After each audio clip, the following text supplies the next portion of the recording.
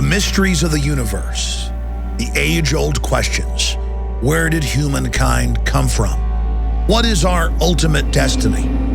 The answers to these fundamental questions are hiding in plain view. We came from the universe. We came from all that is creation. We are part of the universe. We come out of this creation. The answer to the question of our existence is wonderment. The planet Earth is home to our species, orbiting a standard sun, 2/3 of the way out on the spiral arm of the Milky Way galaxy. Here you see a super galaxy, a cluster of galaxies. Each one of these a galaxy on its own. Hundreds of billions photographed by Hubble. And Hubble isn't even getting out of our backyard. We are in the middle of wonderment, the middle of incredible creation. Humanity has not even dreamed or the mind imagined the potential of our species. People say they want to travel to space as if it's some distant place when we are part of the universe, living on an incredibly rich and gorgeous planet. In the middle of a universe with hundreds and hundreds of billions of photographed galaxies, themselves containing hundreds of billions of stars and planetary systems very similar to our own. Our planet is like a grain of sand at an endless beach.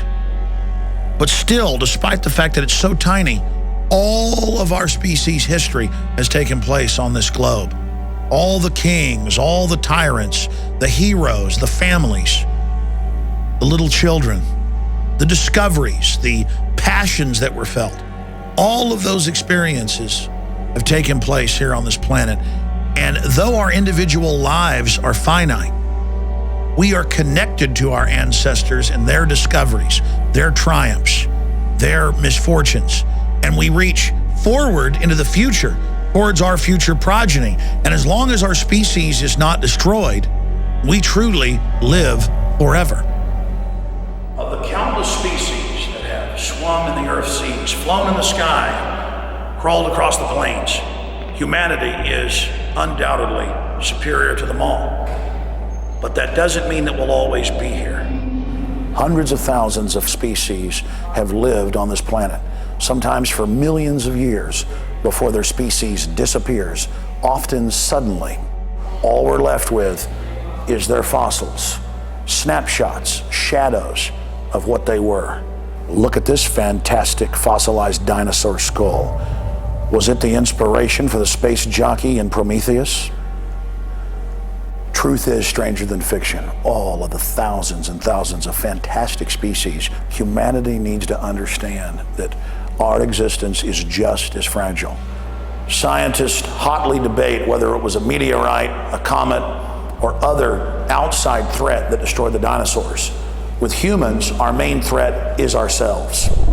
We've had the power to do it for more than 60 years. And every day we see different scientific installations having disasters. We are the equivalent of gods to Stone Age men. And we can't afford to make the mistakes they made because we will destroy ourselves with the technologies that we have developed. So far in our history, technology has been neutral. It is a promising tool that could allow us to grasp an infinite future. But at this time, the entire development of these systems is in the hands of the globalist, super predators who have a lustful disdain and hate for humanity. Globalist social engineers openly talk about the population of the planet like we're little animals in petri dishes to be manipulated, to be controlled, to be tested upon. Foster children and U.S. military personnel have had chemicals, biologicals, and radiologicals tested on them for more than 60 years because the elite believe that they're nothing but unconscious animals. I'm asking humanity to realize that a very small group of inbred, unhappy, twisted, and wicked people have seized control of human development and are attempting to establish a total control system of technocratic surveillance and dehumanization. It is now that we must begin to struggle against their bureaucracy, fighting their 1984 system with liberty and freedom and enlightenment and truth until the levers of technological development are leveraged from the hands of the globalist, humanity has a very dark future. The real threats facing humanity are not the fake environmental threats that Al Gore and the UN bring you. They are unchecked cross-species genetic engineering. Tens of thousands of biotech companies, universities, and governments randomly splicing viruses, bacteria from plants and animals, and then injecting them into other animals. This is already giving rise to mutated viruses and bacteria and an irrevocable vandalization of the genetic code of the planet. High-tech chemical and, most importantly, biological weapons development. Unchecked nanotech, the artificial creation of black holes, antimatter weapons that the Air Force admits they've developed, and new viral vaccines coming out that re-engineer the brain by attacking certain ganglion systems so that you can no longer feel emotions. We've seen one of the biggest mutual funds, Fidelity Investments, come out and talk about synthetic biology. Within 50 years, we may have invented more organisms in the lab than we've identified in nature. It's synthetic biology, and it could be the defining technology of the 21st century. And how within just a few years, they're going to overwrite every major life form on this planet without asking you. That's 1 trillion times what Monsanto does, planting their crops next to yours. Their crops then infect your crops, and they come and charge you with copyright infringement when they polluted your property. All of this is being rolled out now. We are under a massive and sustained offensive by the technocratic psychopath guild known as the New World Order to fully dominate and wipe out most of humanity so they can control the next phase of our development. The United Nations, Ray Kurzweil, all these different transhumanists openly say that they're not giving anybody a choice, that they're going ahead in this attempt to evolve humans and merge us with machines. We intend to create a new vector for civilization, aimed at constant human development and evolution. The brain is transplanted into an avatar being. Man receives new, expanded life. The era of neo-humanity. And they believe that they know what the outcome is going to be without even having a public discussion. They believe that they govern the future evolution, as they call it, of our species. That's why we're doing this news report, in the hope that people will look up from the dirt and the television programs and sitcoms and football games that don't matter, that are put there to distract you from the real world, the whole universe going on around you, so that we can have a real debate as a species about our future. And see that there is an entire universe around you of ideas, and that we can chart our future. We can chart our future. Can chart our future. I'm asking for you. If we don't respect our species, if we forget our ancestors and the lessons they taught us, and if we don't learn from the struggles they went through, we're not going to survive as a species. You see, we as humans have this instinctive feeling that we've been here forever. When we read the writings of Plato, written more than 2,000 years ago, or William Shakespeare 500 years ago, their words are spoken alive in our minds. This is communicating with people in the past. And like electricity, it gives us a clear connection to them and the present towards the future. That, my friends, is magic. And that's why our species is timeless. Why have all human societies going back thousands of years scraped their names on tree trunks or on cave walls? Because there is a fundamental human need to communicate forward into the future. It's ingrained in us to teach those that come after us the experiences we had so that they don't relive the mistakes that we made, and so they will learn from the good things that we discovered. We communally share in the knowledge that our species has developed. This is what's different about mankind versus all the hundreds of thousands of species that have come and gone on this planet in its ancient history. We are able to change our environment. We are able to grasp that we're finite, and we are able to construct systems and languages and sciences of mathematics, just as we can decipher the hieroglyphs in Egyptian caves and know what they were thinking 4,000 years ago. We can go back 500 years ago to William Shakespeare. In Shakespeare's Hamlet, they are burying someone and accidentally dig into the grave of a man who had taken care of Hamlet when he was a child. And Hamlet, in awe, looks at the brow ridges and the face of the skull that was his childhood babysitter and says, I laughed at your jokes. You carried me on your shoulders 1,000 times, and now look at you. You're nothing but a skull. How could it be? You were there full of life and everything, and you're gone. You're gone forever. But he's not really gone forever, because just as William Shakespeare's words continue on, your knowledge, discoveries you make are passed on. That's what's so amazing about humanity. We can argue all day if there's life after death. But I know one thing, we're alive and sentient right now. And ideas that we develop, art that we create, lives on forever. And even if you don't believe in God, look at the beauty and the majesty of the universe. The universe doesn't make junk.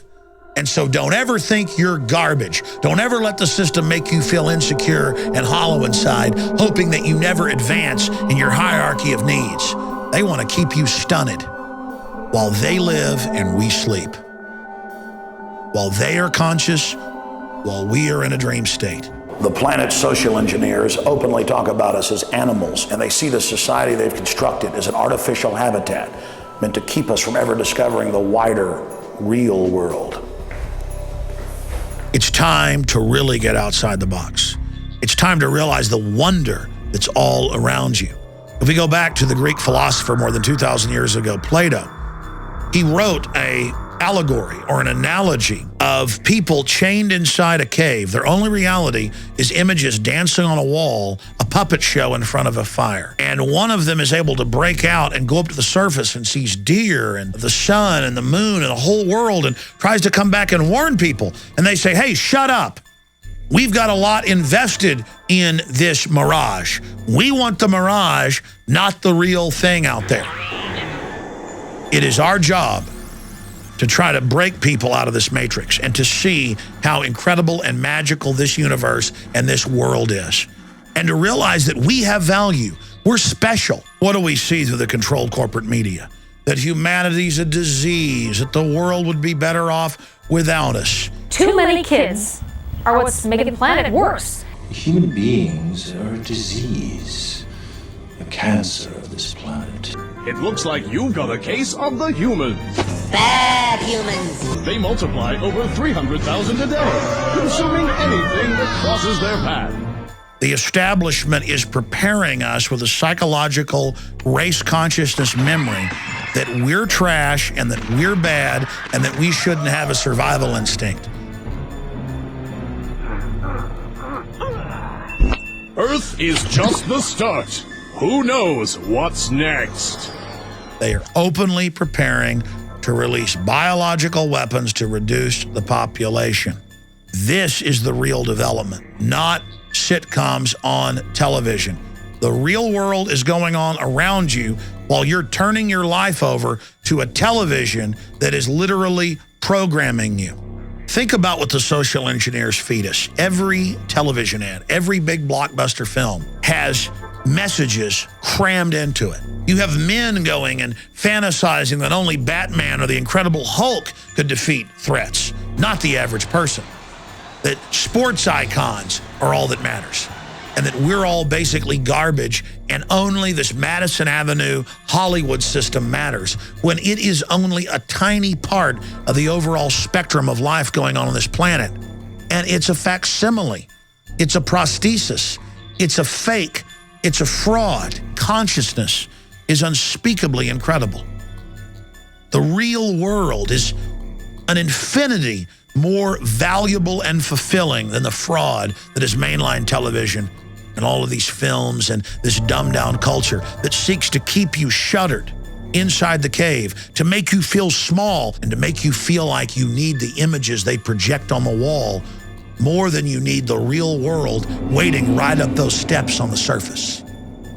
And even when you make it to the surface out of the cave, you're only here on this planet, and outside of it is the larger cave. and still more. You must leave one box and then leave another and still leave another. This is the human experience. This is the electric magic and the wonderment of consciousness and being awake. The doors to the universe and the things we can't even imagine are standing open to us. Don't let their false paradigms and false roadmaps be injected like viruses into your mind. The dreams of your ancestors, the dreams of the universe, the dreams of everything wholesome and good flows like living water out of the space-time continuum. Beauty is all around us. The wind in the trees in the summer, the sunrise, moonset, the ocean, seagulls. And you were a child spraying a water hose up into the sky and looking at the droplets like they were jewels in the air. Your children, your grandmother, your grandfather, feeling that first gust of autumn wind on your cheeks, looking up and seeing the stars at night. Everything is a miracle. The fact that you can recognize beauty, the fact that you know when something is wholesome and good, shows that you recognize what is beautiful and wholesome in the universe. You resonate with the good. You recoil from the bad. And because the bad seizes control of the power structures so that it can unnaturally thrive and operate, you pull back saying, ooh, I don't want to go there. I don't want to resist them. But by doing that, you turn the world and the universe over to evil. We cannot allow the planet Earth to become a beachhead of the satanic forces that have bred here. For every action, there's an equal and opposite reaction. And there is incredible beauty and creation and power and mission and destiny on this planet. This is an amazing place. And that's why the forces of evil are here as well. And we are in a struggle, not just for this planet, but in the universe around us. Think how far humanity has come in the last 6,000 years. Think of where we could go. As the Bible says, the ear has not heard, the eye has not seen what is in store for us. We are at the jump point for our civilization, for our species. Everything we do now will govern the future of human development forever. Humanity is only in an embryonic phase now. If we're able to continue our development, we are made in the image of the creator of the universe. We are creators. We are powerful. But now we've got to face the predators of our own species and the computers we've created in the final battle to decide if humanity will move to the next level, a Type 1 civilization. And what is a Type 1 civilization? A Type 1 civilization can survive even if its home world is destroyed. That should be the prime goal of Homo sapiens sapien. What do you think your ancestors, if they could look into our dimension and our time today, would want? They would want us to survive and thrive and move into the future. That's all past generations wanted, was for their children and progeny and their clan to live. That's the basic human imperative. And to do that, you've got to develop technologies, you've got to be passionate, you've got to be truthful, you've got to build, you've got to be strong. That is the launch pad for the next level of human development. So that's the question. Will we become extinct like so many other species? We can go to space, we can create computers, we can theorize quantum mechanics. Picasso, Beethoven, can we take control of our destiny? Can we have a species-wide debate about our system? Or is death of humankind all that's waiting in our future? That decision, to a great extent, depends on you. So the ball is in your court.